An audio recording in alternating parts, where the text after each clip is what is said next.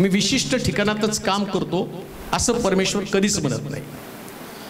मागच्या दिवसामध्ये एका बहिणीचा मला मेसेज आला आणि तिने सांगितलं की तिचा मुलगा जन्मल्यापासून त्याला नीट ऐकायला पण येत नव्हतं, त्याला बोलायला पण येत नव्हतं आणि त्याच्या सगळ्या शरीराच्या कृती मंदावलेल्या होत्या. आणि त्यांना मोठा प्रश्न पडला की आता या लेकराचं भवितव्य पुढे कसं होणार आहे. परंतु त्याने सांगितलं की त्या मुलाला आम्ही टीव्हीला कनेक्ट करून हा संदेश ऐकायला लावत होतो आणि महिना 2 महिन्यामध्ये तो मुलगा संदेश ऐकून hallelujah praise the Lord, hallelujah praise the Lord असे शब्द बोलायला लागला. आणि ते म्हटले माझा मुलगा जो कधीच बोलत नव्हता परंतु संदेशानं बोलू लागला. म्हणून मी तुम्हाला सांगतो, तुम्ही कुठं आहात, तुम्ही कोणत्या अवस्थेमध्ये आहात याच्याशी देवाला काही घेणं देणं नाही. सृष्टीच्या कानाकोपऱ्यामध्ये त्याचं सामर्थ्य तो पाठवत आहे. जगाच्या कानाकोपऱ्यामध्ये बरं का, कुठं का असं नाही. तुम्ही देवासाठी कोणती गोष्ट कठीण नाही. तो आंधळ्याला नेत्र देतो, बहिऱ्याचे कान उघडतो आणि लंगडे चालवतो, असा तो देव आहे. आमच्या जीवनातलं किती पण मोठं वादळ शांत करण्याची ताकद फक्त देवामध्ये आहे. देवाशिवाय तुमच्या जीवनातलं वादळ कोणीच शांत करू शकणार नाही, तितकं सत्य आहे. परंतु बऱ्याच वेळा आम्हाला प्रश्न पडतो की हे वादळ कसं शांत होणार.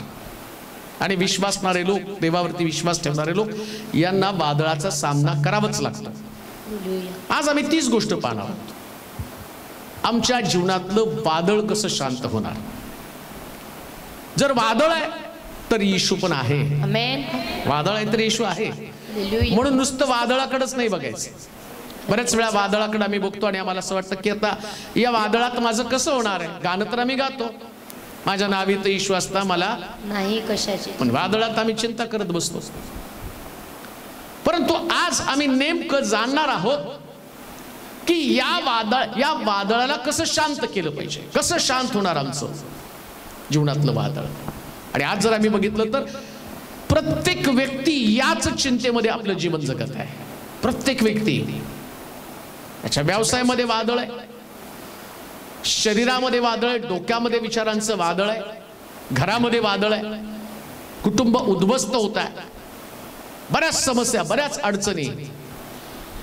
आणि मोठा प्रश्न त्या लोकांच्या जीवनामध्ये की हे वादळ शांत कसं होणार, काय केलं पाहिजे, एक्झॅक्टली काय केलं पाहिजे. काय नुसती प्रार्थना केल्यावर वादळ शांत होईल. मी चर्चमध्ये आता तुम्ही एवढ्या पावसात येऊन बसलेला आहात, मग येऊन बसल्यावर वादळ शांत होणार आहे का. नेमकं काय काय केलं पाहिजे वादळामध्ये ते आम्ही पाहणार आहोत. लुकाचं शुभवर्तमान 8वा अध्याय आणि त्याचं 22 पासून 25 पर्यंत वचन. लुकाचं शुभवर्तमान 8वा अध्याय 22 पासून 25 पर्यंत वचन. येशू वादळ शांत करतो. कोण शांत करतो. येशू. हाय टायटल काय. येशू वादळ शांत. येशू वादळ शांत करतो. कोण शांत करतो वादळ. येशू. वादळ आहे तर शांत करणारा कोण आहे. येशू. म्हणजे मनावरती बिंबवा. वाचा ते वचन. नंतर त्या दिवसात एकदा असे झाले की तो आपल्या शिष्यांसह मजव्यात गेला आणि आपण सरोवराच्या पलीकडे जाऊ असे त्यास म्हणाला. तेव्हा त्यांनी मचवा सोडला. नंतर ते हाकारून जात असता तो झोपी गेला. मग सरोवरात मोठे वादळ सुटून मजव्यात पाणी भरू लागले व ते धोक्यात होते.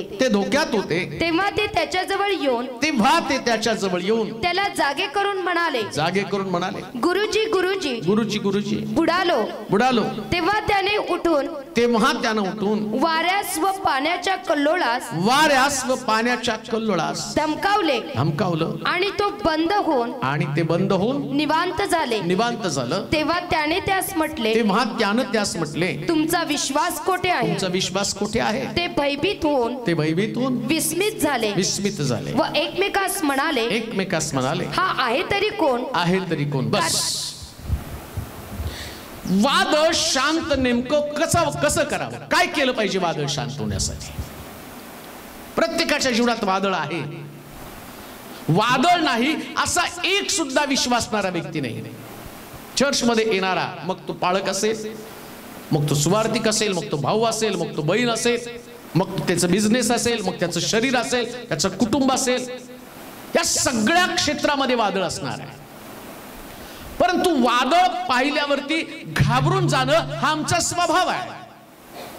आणि येशूनं या शिष्याला शिकवत असताना प्रत्येक टप्प्यातनं त्यानं नेलं आणि प्रत्येक टप्प्यामध्ये तो विश्वासणाऱ्यांना स्ट्रॉंग करत आहे, मजबूत करत आहे आणि तो तयार करते शिष्यांना. कशासाठी? की त्यानं खंबीर व्हावं, मजबूत व्हावं. या पृथ्वी तलावर जोपर्यंत आम्ही जिवंत आहोत, आमच्या नाकपुड्यामध्ये श्वास आहे, कान देऊ नाही का, जिवंत आहात तोपर्यंत शरीरात वादळ आहे. जर तुम्ही कुटुंबामध्ये राहतात तर तुमच्या कुटुंबात वादळ असणार आहे. नोकरी करत असाल, नोकरीच्या ठिकाणी वादळ असणार आहे. एज्युकेशन घेत असाल, त्या ठिकाणात वादळ असणार आहे. वादळाशिवाय तुमचं जीवन असू शकत नाही. वादळ असणारच आहे. परंतु तुमच्या जीवनामध्ये येणारं वादळ, या वादळाला शांत करण्यासाठी तुमच्याकडे प्रोव्हिजन काय आहे? सगळ्यात मोठा मुद्दा की तुमच्याकडे प्रोव्हिजन काय आहे? तुम्ही म्हणाल वादळ येतं पण शांत होणार कसं? सगळ्यांच्या जीवनामध्ये वादळ आहे. उलथ पालत आणि सगळं उलथ पालत करून टाकलं जातं. योना जसा मी पाहतो की परमेश्वराच्या नजरेपासून पळाला, निनवेला जा म्हटलं, तो तार्शिशला निघाला, तिथं सुद्धा वादळ आलं. इस्रायल लोक मिस्रात निघाले, तांबड्या समुद्राकडे निघाले. तांबडा समोर तांबडा समुद्र आणि पाठीमागच फारोचं सैन्य. पण बायबल सांगतं की तिथं सुद्धा देवानं वादळ आणलं आणि तो समुद्र दुभांगला. पण पहिला मुद्दा मी तुम्हाला सांगेल, वाचा बरं 22 वचन. नंतर त्या दिवसात एकदा असे झाले की तो आपल्या शिष्यांसह मचव्यात गेला आणि आपण सरोवराच्या पलीकडे. पहिली गोष्ट, जर टायटल तुम्ही वाचलं असेल तर काय टायटल आहे? येशू वादळ शांत करतो. कोण वादळ शांत करतो? येशू. म्हणजे शांत करण्यासाठी, वादळाला शांत करण्यासाठी येशू तुमच्या बरोबर आहे का तपासलं पाहिजे. आमेन. वादळ येणार आहे, तुमच्या कुटुंबात वादळ येणार आहे, तुमच्या घरात वादळ येणार आहे. वादळानं घर उलट पालत होईल, वादळानं परिस्थिती बदलली जाईल. पण पहिला प्रश्न काय, या परिस्थितीमध्ये येशू तुमच्या बरोबर आहे का? नेमकं काय होतं माहिती का? वादळ आल्याबरोबर घरामध्ये वादविवाद आहे, वादळ आल्यावर विचार घरामध्ये, वादळ आल्यावर संघर्ष, वादळ आल्यावर तपासणी आहे की मी आणि कोण माझ्या जीवनातलं वादळ शांत करेल. परंतु इकडं तिकडं पाहू नका, येशू तुमच्या बरोबर आहे का हे पहा. बस. येशू म्हटलं चला आपण पलीकडे जाऊ. या शिष्याला तो म्हटला पलीकडे जाऊ आणि समुद्रामध्ये वादळ झालं. मग येशू त्यांच्या बरोबर होता. त्याला शिकवायचं तुम्हाला आणि मला काय माहिती का? ज्या वेळेस तुम्ही जीवनामध्ये पुढे जाण्याचा प्रयत्न कराल ना, तर मला घेऊन चला. स्वतःहून जाऊ नका, एकटं जाऊ नका. ज्या एकटं जाल तर वादळामध्ये तुम्हाला वाचवणारं कोणी नाही, पण मी असेल तर मी वादळ शांत करेल. येशूला जाऊ देऊ नका. किती पण कुटुंबात वादळ होऊ द्या, कुटुंबात होणाऱ्या वादळानं खचून जायचं नाही. या वादळामध्ये म्हटलं पाहिजे प्रभूजी सगळं गेलं तरी चालेल. वादळामध्ये उडून जातं बरं का सगळं. घर उडतं, भांडी उडतात, पत्रे उडतात, घरातल्या वस्तू उडून जातात. पण हे गेलेल्या वस्तू आणि गेलेली परिस्थिती तिला जाऊ द्या. येशू जर असेल तर वादळ शांत करेल आणि सगळं पहिल्यासारखं तुमच्या जीवनामध्ये होईल. समस्या काय उडून गेले याचा विचार करत बसू नका. येशू आहे ना. आमेन. येशू तुमच्या बरोबर आहे ना. मग ज्या देवानं रानामध्ये इस्रायल लोकांना भारीतलं भारी दिलं, त्या मिश्रामध्ये असताना ते म्हटले की आम्हाला, आणि त्या मिश्रामध्ये आमची घरं होती. अरे त्या घरामध्ये काय होतं? वादळ आलं आणि या सगळ्यांची घरं उद्ध्वस्त करून टाकली. मिश्रातली घरं त्यांना सोडावी लागली. पण येशू त्यांच्या बरोबर होता, देव त्यांच्या बरोबर होता. म्हणून ते मिस्रातलं कांदा भेंडी खायला देवाने त्याने ठेवलं नाही. बायबल सांगतं कनानामधला दुधामधाचा प्रदेश त्यांना दाखवला. तुमच्या जीवनामध्ये ज्या वादळ येतं ना, तर येशू तुमच्या बरोबर असणं गरजेचं आहे. येशू आहे. लोकांनी तुम्हाला विचारलं सगळं काही उडून गेलं, जाऊ द्या. जे उडून जायचं ते जाऊ द्या. नवरा गेला, लेकरं गेली, नोकरी गेली, अमकं गेलं, तमकं गेलं, सगळं गेलं. एक वादळ आलं योबाच्या जीवनात, सगळं उडून गेलं. पण योब त्यानं पाहिलं की देवाला त्यानं सोडायचं नाही असं आपल्या जीवनातला निर्णय पक्का केलेला होता. काय गेलं याचा विचार करण्याच्या ऐवजी या वादळात येशू तुमच्यातनं निघून गेला का याचा विचार करा. येशू आहे का? येशू आहे का? परिस्थितीला घाबरून, परिस्थितीला शरण गेला. तुम्हाला असं वाटतं आता या वादळात येशू माझ्यावर नाही. शास्त्र सांगतं येशू ख्रिस्त वादळामध्ये झोपला. काय लिहिले वाचावर? तेव्हा त्यांनी मचवा सोडला. मचवा सोडला. नंतर ते हाकारून जात असता तो झोपी गेला. तो काय केला? झोपी गेला. येशू शिष्याला शिकवत आहे, तुम्ही नावेत चला. नावेत जाऊन बसला. आमचं पण तसंच होतं नाही का? येतो चर्च मध्ये, विश्वास ठेवा, विश्वास ठेवला. बाप्तिस्मा घ्या, बाप्तिस्मा घेतला. शब्दातवारी चर्चला या, नेहमी चर्चला आलो. शुक्रवारी प्रार्थनेला या, शुक्रवारी. सगळं व्यवस्थित चाललेलं आहे. आणि तेवढं चालू असताना येशू मुद्दामून झोपतो, झोपेचं सोंग करतो, हे की नाही? आणि इकडं हा लुसिफर वाट बघत असतो, हा कधी झोपतो आणि मी यांना कधी त्रास देतो. लक्षात घ्या, येशू झोपला पण तो तुम्हाला सोडत नाही, ही गोष्ट ध्यानात ठेवा. तो का झोपतो माहिती का? तुम्हाला त्या वादळाची ताकद आणि येशूची पण ताकद कळली पाहिजे. वादळाची ताकद तर तुम्हाला कळणार आहे. वादळ तुमच्यामध्ये भय निर्माण करतं, वादळ तुमचं मन खचून टाकतं, वादळ तुम्हाला बेचैन करून टाकतं. तुम्ही पण तुमच्या घरामध्ये आलेलं वादळ त्याच्यामुळे बेचैन होता, रडता, आक्रोश करता, तुम्ही धावाधाव करता. ही तुमची रिॲक्शन आहे. पण येशू तिथं शांत झोपलेला असतो आणि तो काय करतो? तो पाहतो, तो म्हणतो या वादळाची ताकद तुम्हाला कळली पाहिजे. हे वादळ किती ताकदवान आहे.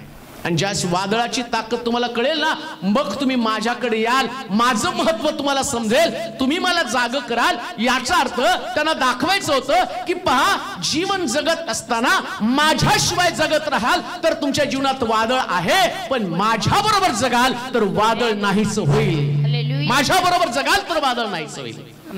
तुम्ही असंही गेलात तसंही गेलात तर वादळ असणारच आहे. बाहेर गेला तरी वादळ असणार आहे, माझ्या बरोबर गेला तरी वादळ असणार आहे. पण माझ्या बरोबर असल्याचा फायदा काय असणार आहे?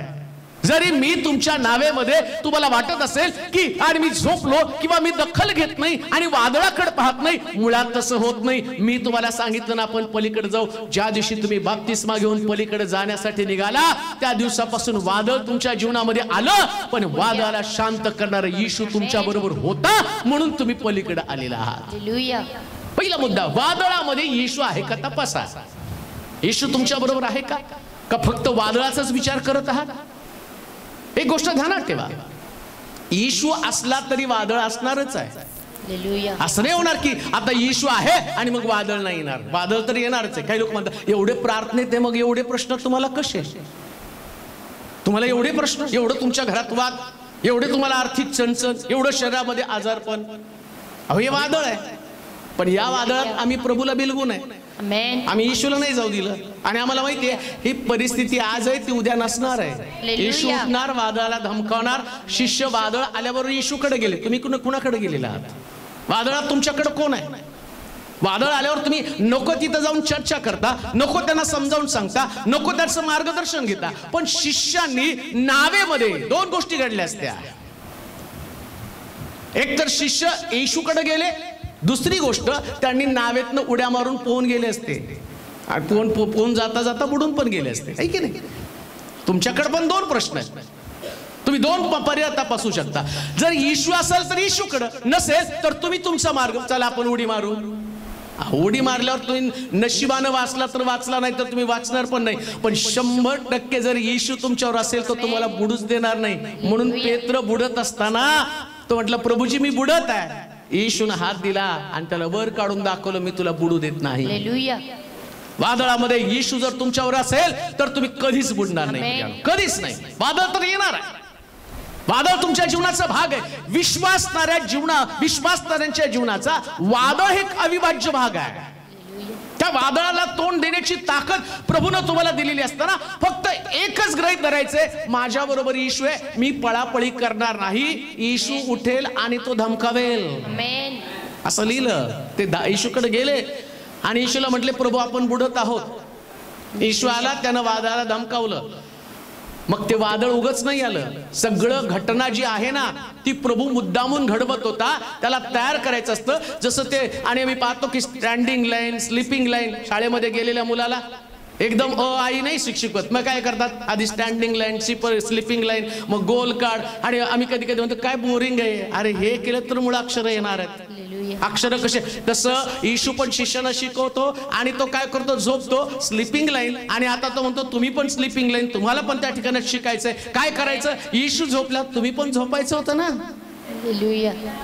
तुम्ही जागे राहिले, चर्चा करत बसले.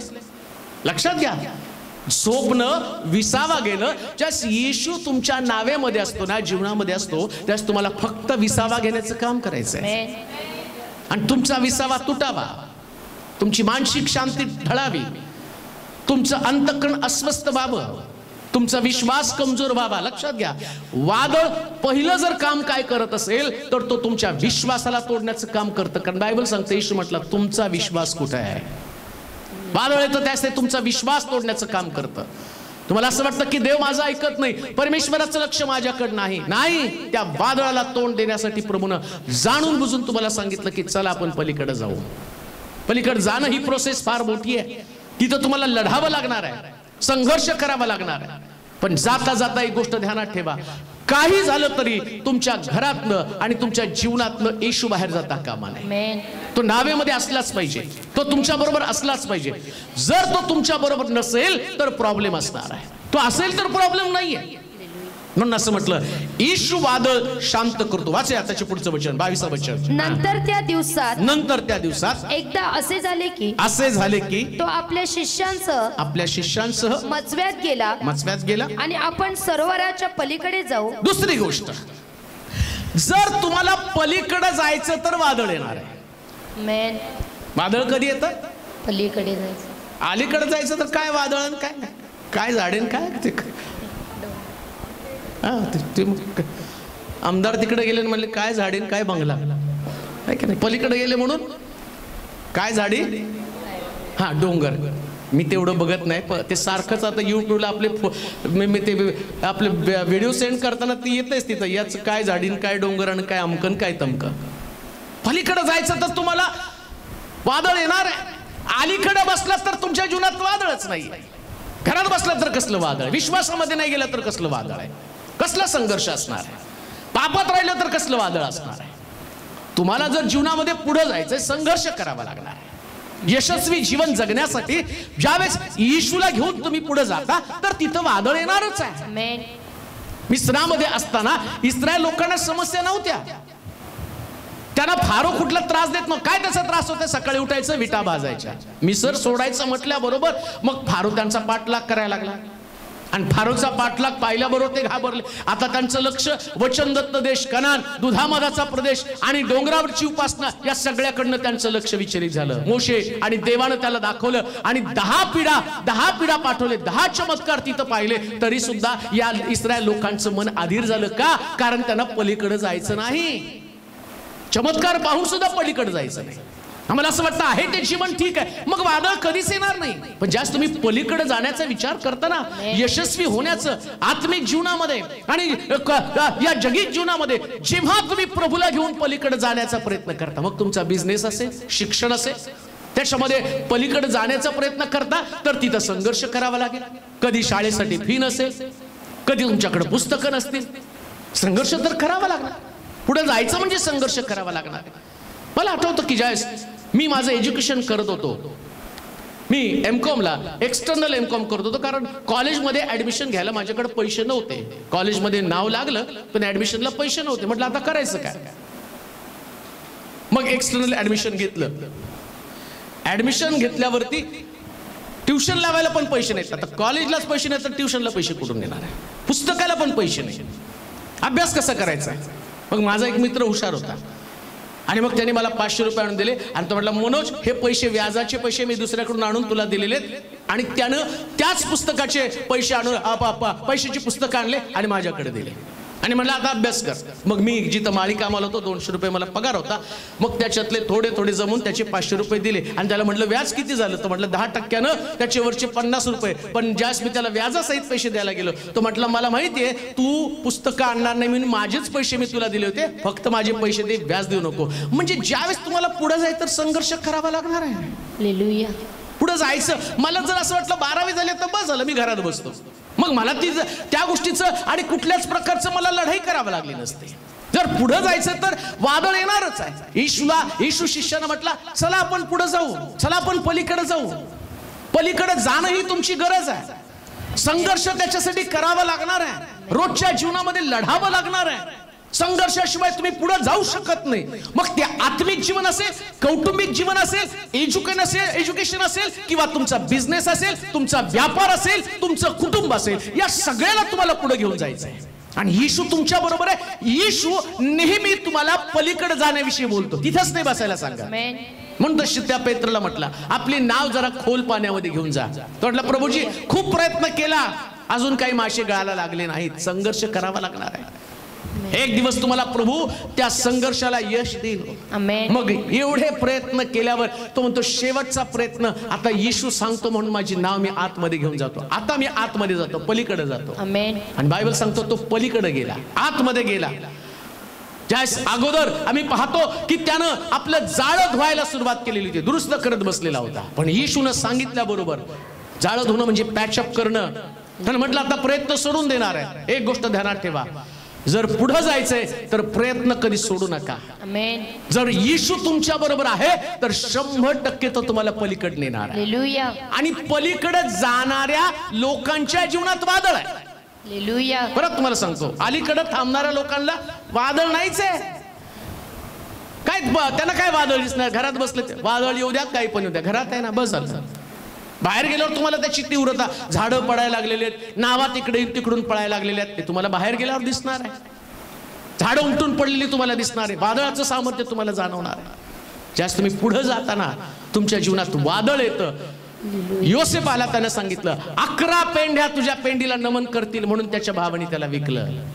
जर त्यानं म्हटलंच नसतं या 11 भावंडांना, त्या भावंडांनी एकमेकाला नाही विकलं, मग कोणाला विकलं? योसेफाला. का तर त्याला पुढे जायचंय. मग त्यानं काही आपलं स्वप्न, आपला दृष्टांत गुंडाळून नाही ठेवला. चला एवढं तक करत बसण्यापेक्षा हे माझे भाऊ माझा द्वेष करतात, आई वडील मला आणि टाकून झुकून बोलतात, मग मी काय करतो, मी आता माझं स्वप्न गुंडाळून ठेवतो, मी पुढे जात नाही. अहो पुढे जायचं तर वादळ येणार आहे, पण एक दिवशी हे वादळ शांत करून जसा योसेफ उच्च पदावरती गेला, पुढे गेला, तसं प्रभू तुम्हाला पुढे नेणार. म्हणजे नेणार का? कारण शास्त्र सांगतं येशू असेल तर वादळ शांत करणार. पुढे जाण्याचा प्रयत्न करा, एका जागी थांबू नका.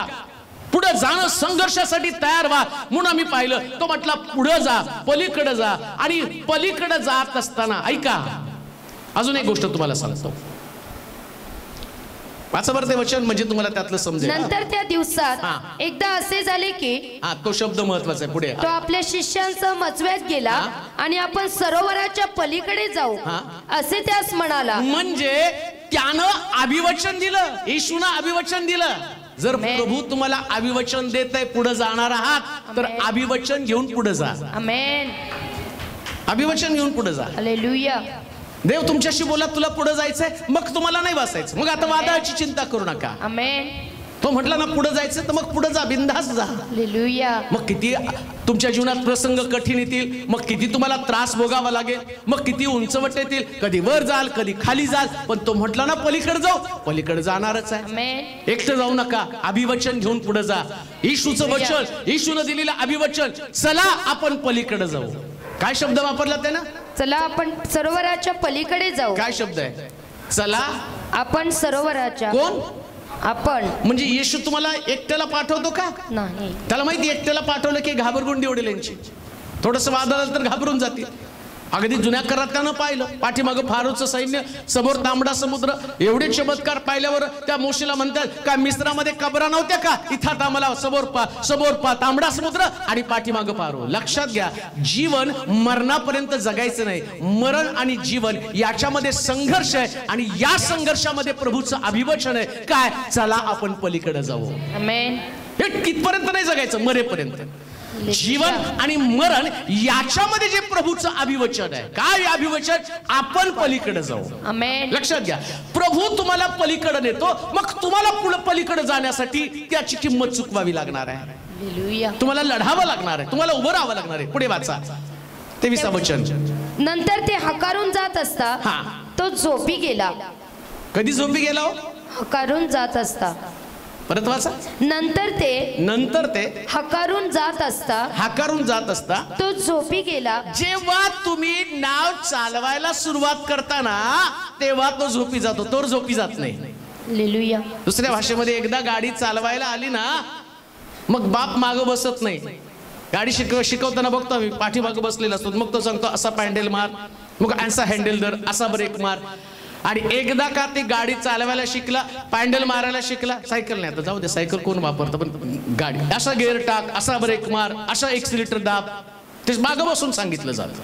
आणि एकदा गाडी शिकलं की मग ते बाजूला. येशूनं पण तेच केलं, चला आपण पलीकडे जाऊ. आणि मग त्याने काय केलं, त्या शिष्याने नाव हकारायला सुरुवात केली. हकारायला सुरुवात केल्याबरोबर येशूनं पाहिलं यांचं प्रॅक्टिकल चांगलं आहे, यांना ते चांगल्या रीतीने नाव चालवायला येते. लक्षात घ्या, ज्यास तुम्ही स्वतः प्रयत्न करता त्यास येशू जाणून बुजून झोपी जातो. का? कारण त्याला तुमच्यातलं पॉवर, तुमच्यातलं सामर्थ्य, जे शिक्षण त्यानं तुम्हाला दिलं, जे अभिवचन तुम्हाला दिलं, आणि त्या अभिवचनासाठी तुम्ही करत असलेले प्रयत्न आणि अभिवचनासाठी पुढे जाण्यासाठी करत असलेला संघर्ष आणि तुमचं कार्य, याच्यामुळे येशू म्हणतो मी आता झोपतो. का? कारण यांना आता नाव चालवायला येऊ लागलेली आहे. आता यांना आणि ते जे चप्पू आहेत ते हलवता येऊ लागलेले आहेत. त्याच्यामुळं आता माझं काम नाही. एक गोष्ट ध्यानात ठेवा, येशू फक्त तुम्हाला मदतीच्या वेळेस धावून येतो, इतर वेळी तुम्हाला चालवावं लागेल चप्पू. हालेलुया.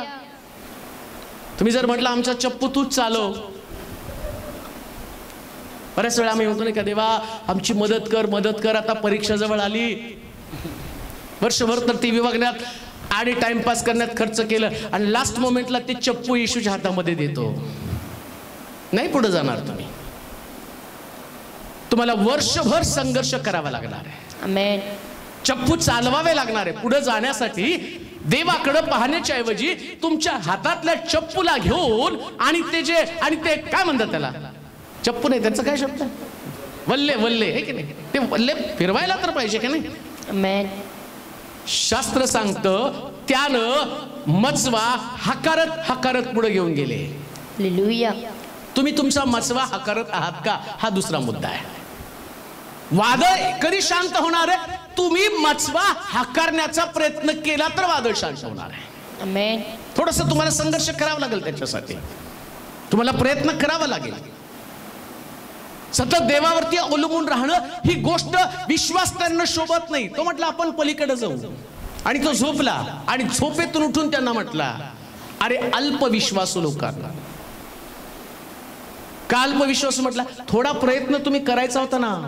खरंच बुडला असता का ती गोष्ट तुमच्या लक्षात आली असती ना, कशा रीतीने नाव पुढे न्यायची हे तुम्ही जवळ आला होता, चमत्काराच्या पलीकडे जाणार होता. मी म्हटलं होतं म्हणून तुम्ही पलीकडे जाणार होता. ती वादळ आलं, ते वादळ तुम्हाला पुढे नेण्यासाठी अटकाव करणार नाही. ही गोष्ट ध्यानात ठेवा. जर प्रभू तुमच्या बरोबर आहे आणि तुम्ही तो मचवा हकारत आहात, तुम्ही तुमच्या जीवनाला पुढे जाण्यासाठी प्रार्थनेच्या द्वारे बळ देत आहात, तुमचं काम आणि तुमची प्रार्थना, तुमचं समर्पण, आणि तुम्हाला देवाच्या योजनेमध्ये तुम्ही आहात. दुसऱ्या भाषेमध्ये अभिवचन देवाचं होतं पलीकडे जाऊ, म्हणजे तुम्ही देवाच्या योजनेच्या चौकटीमध्ये आहात, आणि तुम्ही तो असणारा ते जे तारू आहे, आणि ते तारूला तुम्ही हकारत आहात, नाव हकारत आहात पुढं. मग नाव पुढे हकारत असताना प्रभूला वाटत होतं, येशूला वाटत होतं, हे सक्सेस यांना यांच्या ताकदीच्या बळावरती जो विश्वास मी त्यांच्यामध्ये पेरला, हा विश्वास त्यांना विजय देतो हे मला त्यांना दाखवायचं. तो म्हणून त्याने झोपेचं सोंग केलं. त्यालाच वाटत होतं मी थोडस झोपून घेतो आणि यांनी प्रयत्न करावा. प्रयत्न केल्यावर यांना कॉन्फिडन्स येईल, आणि कॉन्फिडन्स आल्यावरती मग त्यांना कळेल येशूनं आम्हाला शिकवलं. आणि आता प्रॅक्टिकल डेमो देत असताना हे कशा पद्धतीनं, तो म्हटलं ना माझ्यावर विश्वास ठेवणारा माझ्यापेक्षा मोठे चमत्कार करतील. आता येशूला त्यांना दाखवायचं होतं एक चमत्कार तर तुम्ही करा. 3.5 वर्षाच्या सेवेमध्ये 12 शिष्यांपैकी एकानं सुद्धा एकही चमत्कार केला नाही.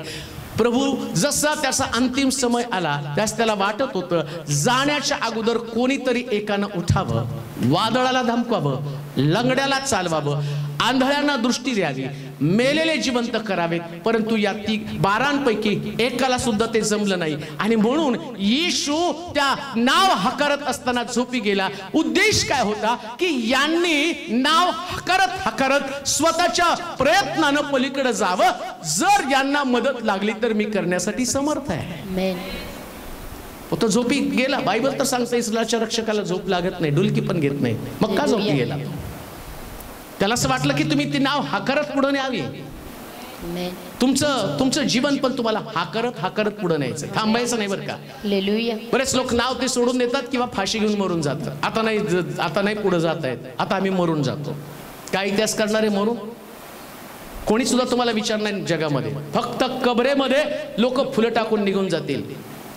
पण ज्या नाव हाकरत पुढे जाल ना त्यास लोक तुमच्या कर्तृत्वाला सॅल्यूट करतील. आणि सगळ्यात महत्वाची गोष्ट येशू तुमच्या कामाची दखल घेईल. प्रभूला निष्क्रिय लोक बिलकुल आवडत नाहीत. निष्क्रिय लोक आवडत नाहीत. तुम्ही असं म्हणता की प्रभू मी काही करत नाही, प्रार्थना आणि पाळक करेल, मी काही करत नाही, विश्वास पण पाळकच ठेवेल, मी काही करत नाही आणि पाळकच घरी येईल आणि तो आमच्यासाठी प्रार्थना करेल. तुमचा चप्पू तुम्ही हाकारतच नाही तर प्रभू तुम्हाला कशाला पुढे घेऊन जाईल? तुम्हाला हाकारत नाही मेहनत तर घ्यावी लागेल ना. शुक्रवारी चर्चला तरी यावं लागेल, रविवारी चर्चला तरी यावं लागेल, विश्वास तर ठेवावा लागेल. विश्वास न ठेवता तुम्ही कशा पद्धतीने? म्हणून त्याला म्हटलं अरे तुम्हाला म्हटलं ना आपण पलीकडे जाऊ. मग तुमचं काम फक्त हाकारण्याचं काम आहे. त्या वादळाकडे तुम्हाला कोणी बघायला सांगितलेलं आहे? असं लिहिलंय. पेत्र पण येशूला म्हटलं पाण्यावर चालताना प्रभू तुम्ही आहात तर मला बोलवा. येशूने त्याला म्हटलं ये. चालायला लागला. वादळ आलं, तो वादळाकडे बघितलं आणि डुबला. सेम घटना त्यांच्या वर्तुणुकीत थोडा सुद्धा फरक झाला नाही. तिथं पण डुबायला लागले, इथं पण पेत्र. आता पेत्र दुसऱ्यांदा म्हटला तुमच्या नावेत मी नको आणि मी येशू चालला ना तसंच मी पण चालणार आहे. आणि मग त्याने सगळ्यांपेक्षा वेगळं बनायला गेला आणि येशू पाण्यावर चालायला गेला. पेत्र म्हटला प्रभू तुम्ही आहात मला बोलवा. आणि बोलवल्यावर ये म्हटल्यावर तो चालायला लागला, त्यांना बघायला लागला. बघितलं ना, असं चालावं लागतं. तुम्हाला जमत नाही असं बघा माझ्याकडं. आणि तेवढ्यात तो देव आहे. पलीकडे जायचं तर वादळ येणारच आहे. किती पण डेअरिंग केली, मग तो पेत्र असो आणखीन 12 शिष्य असो, इकडं हात चालायला लागल्याबरोबर वादळ आलं. वादळ आल्याबरोबर याने येशूकडे बघण्याच्या ऐवजी कुठं बघितलं? वादळाकडं. डुबले. चालणं तुमचं काम आहे. वादळ येणार आहे, वादळाकडं नका बघू. कसं शांत होणार आहे वादळ? तुम्ही चप्पू चालवत राहा, तुम्ही दारू हाकारत राहा, तुमचे नाव पुढे सरकत राहा. एक दिवशी सगळं शांत होऊन जातं. किती बोलणारे लोक आहेत ना, बोलून बोलून त्यांचे तोंड दुखतात. आणि जे आज तुम्हाला बोलतात उद्या तुमचं कौतुक करायला पुढे येतात, टाळ्या वाजवतात तुमच्यासाठी. पण तुम्ही जर म्हटलं नाही मी आता पुढे जातच नाही, मी कंटाळले, आता संपून जातो, काय राहणार आहे तुम्ही? कशा पद्धतीने तुमचं जीवन तुम्ही जगणार आहात? शास्त्र सांगतं त्यानं आपलं तारू हाकारत नाव हाकारत पुढे गेले. तुमची पण नाव तुम्ही पुढे घेऊन जा. पुढे जावा, पुढे वाचूया. नंतर 23 वचन. नंतर ते हाकारून जात असता तो झोपी गेला. मग सरोवरात मोठे वादळ सुटून मचव्यात पाणी भरू लागले व ते धोक्यात होते. वादळ शांत कसं होणार आहे? ज्या वेळेस तुमचं जीवन धोक्यात असणार तेव्हा वादळ शांत होणार आहे. येते का लक्षात? आम्ही म्हणतो धोका नको, मोका पाहिजे, नाही का?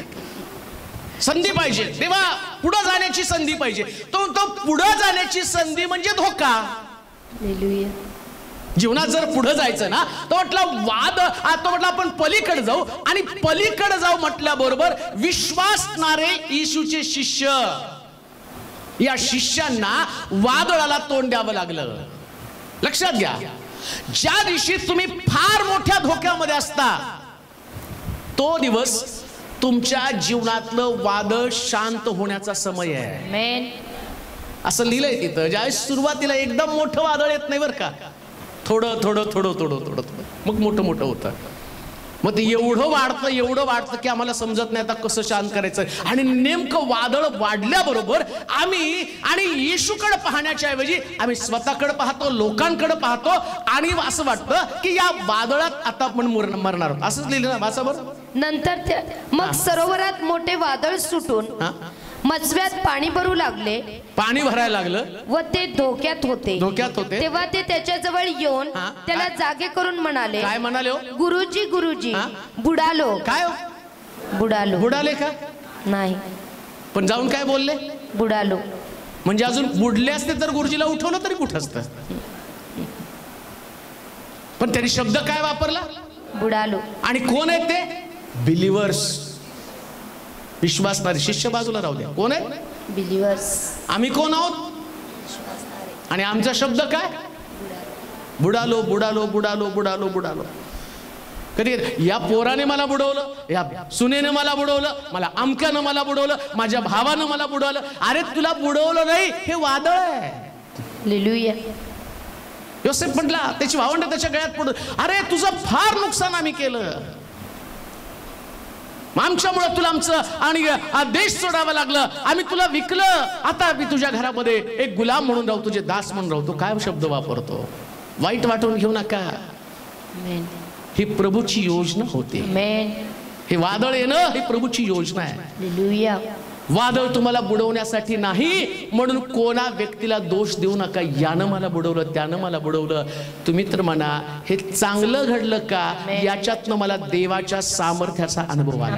वादळ, त्या वादळाची ताकद काय काय उद्ध्वस्त होऊ शकतं हे मी अनुभवलं. पण माझा प्रभू वादळामध्ये माझ्या बरोबर होता, त्यामुळं माझं काहीच नुकसान झालं नाही. म्हटलं तर आम्ही बुडालो.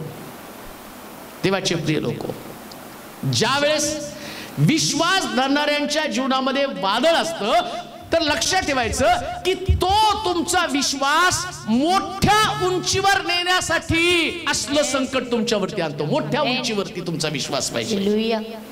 जास्त धोके येतात ना, कशासाठी जास्त धोके येतात? तुमच्या विश्वासाची पातळी उंच व्हावी, नाश नाही व्हावा तुमचा. तुमची विश्वासाची लेवल, देवाला तुमच्या विश्वासाची लेवल वाढवायची. म्हणून बऱ्याच वेळा आम्ही म्हणतो नाही, आणि आता बघा हे वादळ आलं, आता लोक आम्हाला काय म्हणतील. अरे लोकांचं दे, मातीत घाल लोकांना. तुला प्रमोशन मिळणार आहे वादळानंतर.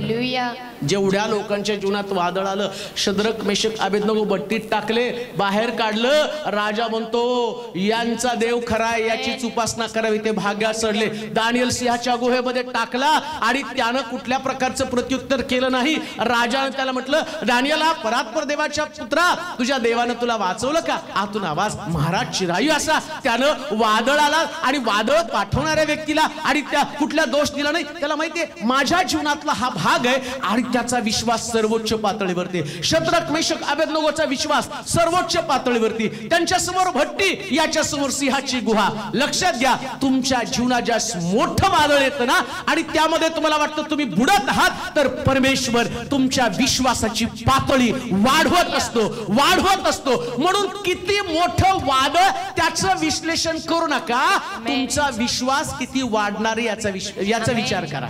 आता मोठं काहीतरी घडणार आहे. मोठं काहीतरी घडणार आहे. आम्ही काहीतरी म्हणतो नाही, आता आमच्या घरात इतकं भांडण झालं, काहीतरी मोठं काय केलं. अहो, आमच्याकडे कोणतरी मरणारच होतं, एवढी भांडणं झाली, एवढी मेलं का? तुम्हाला ते डायलॉग मारायची, धिंगाणा घालायची सवय लागली. रोज तुमच्या घरात कोणतरी मरत असतं. प्रश्न तो नाही, जेवढं मोठं वादळ तेवढं विश्वासाचं सर्वोच्च पातळी तुम्ही गाठणार आहात. जेवढं मोठं वादळ. काय लिहिले, वाचा परत ते. तेव्हा ते त्याच्याजवळ येऊन त्याला जागे करून म्हणाले, गुरुजी गुरुजी. नाही, 23 वचन. नंतर ते हकारून जात असता तो झोपी गेला. मग सरोवरात मोठे वादळ सुटून. मोठे, कसलं वादळ? मोठे. म्हणजे नेहमी तुम्ही मोठ्या वादळाचा सामना करणारे शिष्य असले पाहिजे. आमेन. छोटस वादळ उपयोगाचं नाही बरं का. हालेलुया. आणि कधी कधी तर नुसतं वाऱ्याची झुळूक आली तरी म्हणतो ते ससा नाही का, ते पान पडलं तर तो ढग पडला, ढग पडला, ढग पडला. तसे कित्येक विश्वासणारे छोटस वादळ आलं तरी वादळ आलं, वादळ आलं, वादळ आलं. अरे अजून कुठं वादळ पाहिलं? लय मोठं वादळ तुला बघायचंय. हालेलुया. जितकं मोठं वादळ तितका मोठा चमत्कार तुम्ही अनुभवणार आहात. हालेलुया. किती पण मोठं वादळ येऊ द्या, किती सुद्धा मोठं वादळ येऊ द्या. मी स्वतः पाहिले. कित्येक बहिणींची मला जस्ट कॉल येतात, ते सांगतात की आता नवरा सांगतोय की घटस्फोट देणार आहे. पास्टर कळत नाही, एवढी प्रार्थना करते, मग माझा नवरा घटस्फोट. अहो दिला का? आता फक्त त्याने विचार केला, तुला ते तर नवरा 12 महिने ते डायलॉग मग तुला सोडचिठ्ठी देतो, तुला देत नाही तो, याला दुसरी कुठली मिळते हो? पहिलीच मोठ्या मुश्किलने मिळाली याला, आणि ती मिळत नव्हती म्हणून त्याने तुम्हाला पसंत केली. आणि आता तो म्हणतो मी तुला घटस्फोट देतो. वाट बघा, देवाच्या हातात सोपवा त्याला. आणि म्हणणारी तारीख जाहीर केली आणि त्याच्यानंतर महिनावणी, पालक साहेब माझ्या नवऱ्याने अजून काही विचार. अहो कटला विचार करतो तो, ते वादळ आहे. आमेन. मित्र म्हणतो लास्ट मोमेंट पर्यंत विश्वास ठेवा. हालेलुया. प्रभू मन बदलणारा देव. आमेन. आणि मी पाहिल्या अशा अनेक साक्षी मी पाहिल्या. मला प्रभूनं दाखवून दिलं. एक गोष्ट ध्यानात ठेव, शेवटच्या क्षणापर्यंत लोकांना विश्वासाच्या सर्वोच्च पातळीपर्यंत घेऊन जा. सर्वोच्च पातळीपर्यंत आशा दाखव त्यांना. त्यांच्या भावना मर्यादित ठेवू नको, त्यांना प्रभूवरती विश्वास ठेवायला भाग पाड. प्रभू असं काम करतो. हे वादळ आहे, जाणार आहे, पण वादळानं तुमचे विचार भरकटू देऊ नका. लक्षात ठेवा, वस्तू घरातल्या उडतात, उडू द्या, विचार उडून जाऊ देऊ नका, विश्वास उडून जाऊ देऊ नका. व्यक्ती उडून जाईल, विश्वास तसाच ठेवा. तसाच विश्वास ठेवा. हे प्रभू आहे, तो आणल बरोबर इकडून तिकडून. मला कोणीतरी परवा एक मेसेज केला, माझा नवरा तर दोघं पण आम्ही विभक्त आहोत, कोर्टात पण लिहून दिलेलं आहे. तो माझं तोंड बघत नाही, मी त्याचं तोंड बघत नाही. मग म्हटलं आता काय, आता प्रॉब्लेम काय? नाही, आता त्याचं मन देवाने बदलाव. म्हटलं घटस्फोट झाल्यावर. अहो एवढ्या तुम्ही प्रार्थना करता, एवढ्या साक्ष आम्ही ऐकतो, मग देव हे करणार नाही का? मी म्हटलं बापरे, तुमचा एवढा विश्वास आहे तर माझं काम फक्त मी कशाला विश्लेषण करत बघू, यांचं घटस्फोट झालाय, विभक्त आहे ना, अमकय तमकय. मी काही विचार केला नाही. प्रभू आलेलं वादळ तू थांबवा. दुसऱ्याच आठवड्यात ती फोन करते, माझ्या नवऱ्याने पश्चाताप केला, आणि तो म्हटलं चल परत आपण एकत्र होऊ. देव आहे तो, देव आहे, त्याला काय कठीण आहे? आणि तिची साक्ष ऐकून मी तोंडात बोट घातला. कसलं काम करतो. घटस्फोट झालेले परत एकत्र आले आणि त्यांनी पश्चाताप केला. तो रडायला लागला तिच्या समोर, माझं चुकलंच, मी तुझ्याशी वाईट वागलो, चल आपण एकत्र. आणि तिकडून ती रडायला लागली. पालक साहेब देव असं कसं करू शकतो? मी म्हटलं म्हणून तर त्याला देव म्हणतात ना, तो सगळं करू शकतो. विश्वासाची सर्वोच्च पातळी गाठत असताना येणारं छोटं छोटं वादळ, ते किती पण मोठं असलं तरी घाबरून जाऊ नका. का? वादळाला शांत करणारा येशू मुद्दामून मोठं वादळ आणतो. का? कारण याच्या पुढचं मोठं वादळ आता येणारच नाही. सगळ्यात मोठं वादळ येऊन गेलं, आता कोणतं वादळ येणार आहे? ऐका नाही, याच्यापेक्षा कोणतं? अहो सगळ्यात मोठं वादळ मरणाचं. येशूनं ते पण त्याही वादळात तो बाहेर आला. आता कुठलं मोठं वादळ असणार आहे? सगळ्या वादळाला शांत करण्याची क्षमता त्याच्यामध्ये. पुढे वाचा. नंतर ते हकारून जात असता तो झोपी गेला. म्हणजे आता एक मुद्दा, चौथा मुद्दा, येशूमुळेच मोठं वादळ येतं बरं का. कोणामुळं मोठं वादळ आहे? येशूमुळे. कोण होतं आतमध्ये? येशू. आणि तिथं कोणामुळं वादळ होतं? निनवेच्या तार्शिशला जाताना. म्हणजे कोणामुळं तरी एकामुळं वादळ येतं. आता इथं कोणामुळं वादळ आलं? येशू होता म्हणून वादळ आलं. सैतान येशूला वादळातनं तुम्हाला बाहेर टाकण्यासाठी सांगतो की वादळ आल्यावर कोणाला तरी बाहेर टाकतात. तिथं योनाला बाहेर टाकलं, त्यांना वाटलं शिष्य आता याला बाहेर टाकतील, पण शिष्याने बाहेर नाही टाकलं. त्यांनी काय केले? येशूकडे गेले. लक्षात घ्या, येशूमुळे वादळ येणार आहे. फक्त तुमच्यात येशू आहे म्हणून वादळ आलेलं आहे. येशू नसतं तर वादळ आलंच नसतं. म्हणून येशूमुळे वादळ येणार. त्यानंतर 24 वचन, पाचवा मुद्दा. तेव्हा ते त्याच्या जवळ येऊन. आता पाचवा मुद्दा, कसं वादळ शांत होणार आहे? पाचवा मुद्दा, वादळात येशूच्या जवळ जा. येशूच्या जवळ जा बरं का. वादळ आलं म्हणून आता येशू पासून लांब नाही जायचं. हालेलुया. आम्ही कधी कधी म्हणतो नाही या येशूमुळे वादळ आलं, आता येशूच नको. मी सांगितलं कुणामुळे वादळ आलं? येशू. मग आम्ही काय म्हणतो आता? ना रहेगा बाज ना बजेगी, मग येशूच नको. त्यांना माहिती येशूमुळे वादळ आलं, मग येशू नको. पण शास्त्र सांगतं शिष्यांना वादळ शांत करायचं होतं. मग ते कोणाकडे गेले? येशू. मग वादळ आल्यावर कोणाकडे जायचं? येशू. येशूकडे जायचं. येशू इथं शक्ती संपली. हालेलुया. आमच्यातली ताकद, आमच्यातला पैसा, आमचे डॉक्टर संपले, आमच्या लेकरांना समजून सांगणं संपलं, वकिलांनी पण हात टेकलेले. आता आमच्या समोर काही नाही प्रभू, एकदम सरेंडर करायचं येशूला. हालेलुया. ते येशूच्या जवळ गेले. जेवढं वादळ येईल तेवढं येशूच्या जवळ जा. आमेन.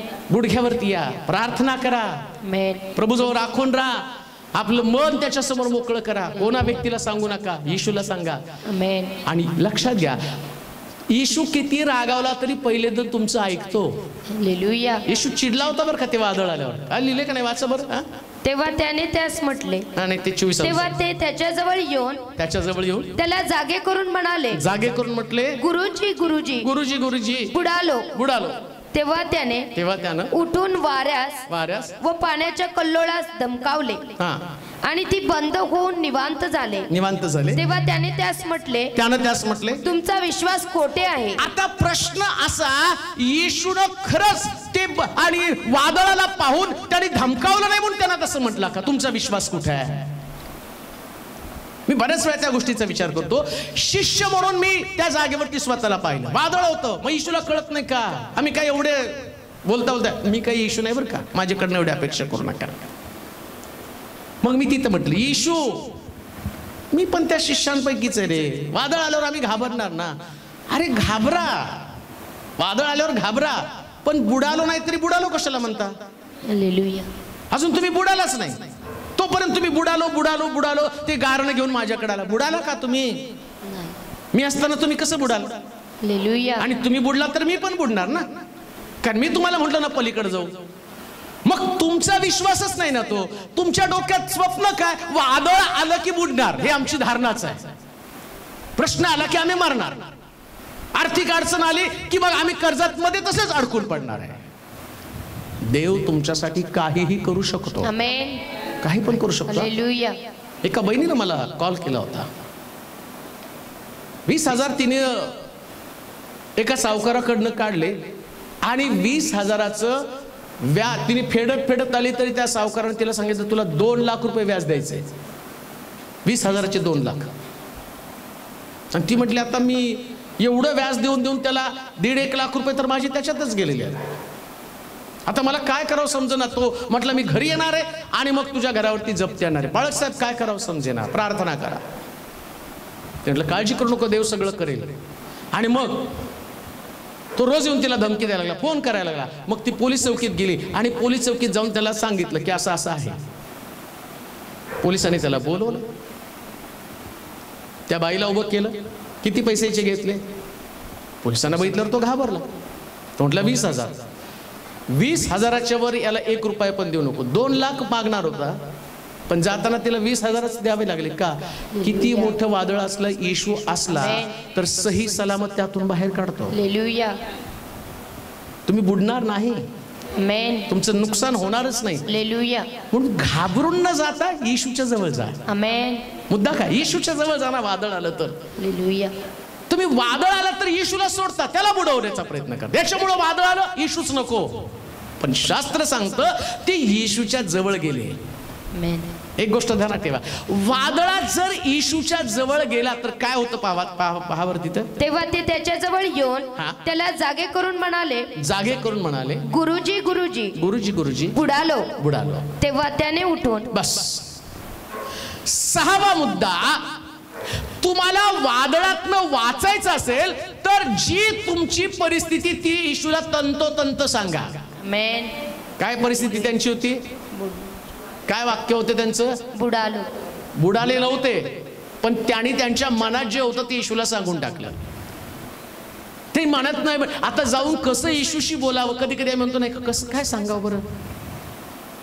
बरेच लोक म्हणतात कशी प्रार्थना करावी येशू सांगते. बाळक साहेब आणि मला तर एवढे कॉल, जरा प्रार्थना सांगा आम्हाला कशी करायची. आता त्याच्यावर किती टाईप करत बसू, अशी करा तशी करा तशी करा तशी करा. मी एकाच वाक्यात, जसं तुम्ही माझ्याशी बोलता तसं येशूशी बोला. असं बोलायचं येशूशी, मग माझ्याशी कसं बिंदास बोलता? तसं बोला ना. येशू सांगते तुम्ही तुमच्या प्रार्थना मला सांगता, तुम्हाला काय वाटतं ते येशूला सांगा. त्यांना जे वाटतं त्यांनी बोललो, आम्ही बुडायला लागलो. बुडत नव्हते, पण जे होतं ते येशूला सांगून टाकलं. ज्या भावना आहेत ते येशू समोर मोकळ्या करा.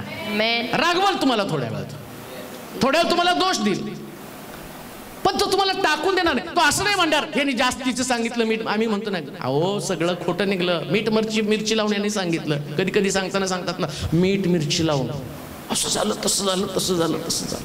आणि मग काही नाही हो, मी जाऊन आलो, काही पण नव्हतं. येशूला यांनी मीठ मिरची लावून सांगितलं, आपण बुडालो, आम्ही बुडालो. कुठं बुडाल दाखवा.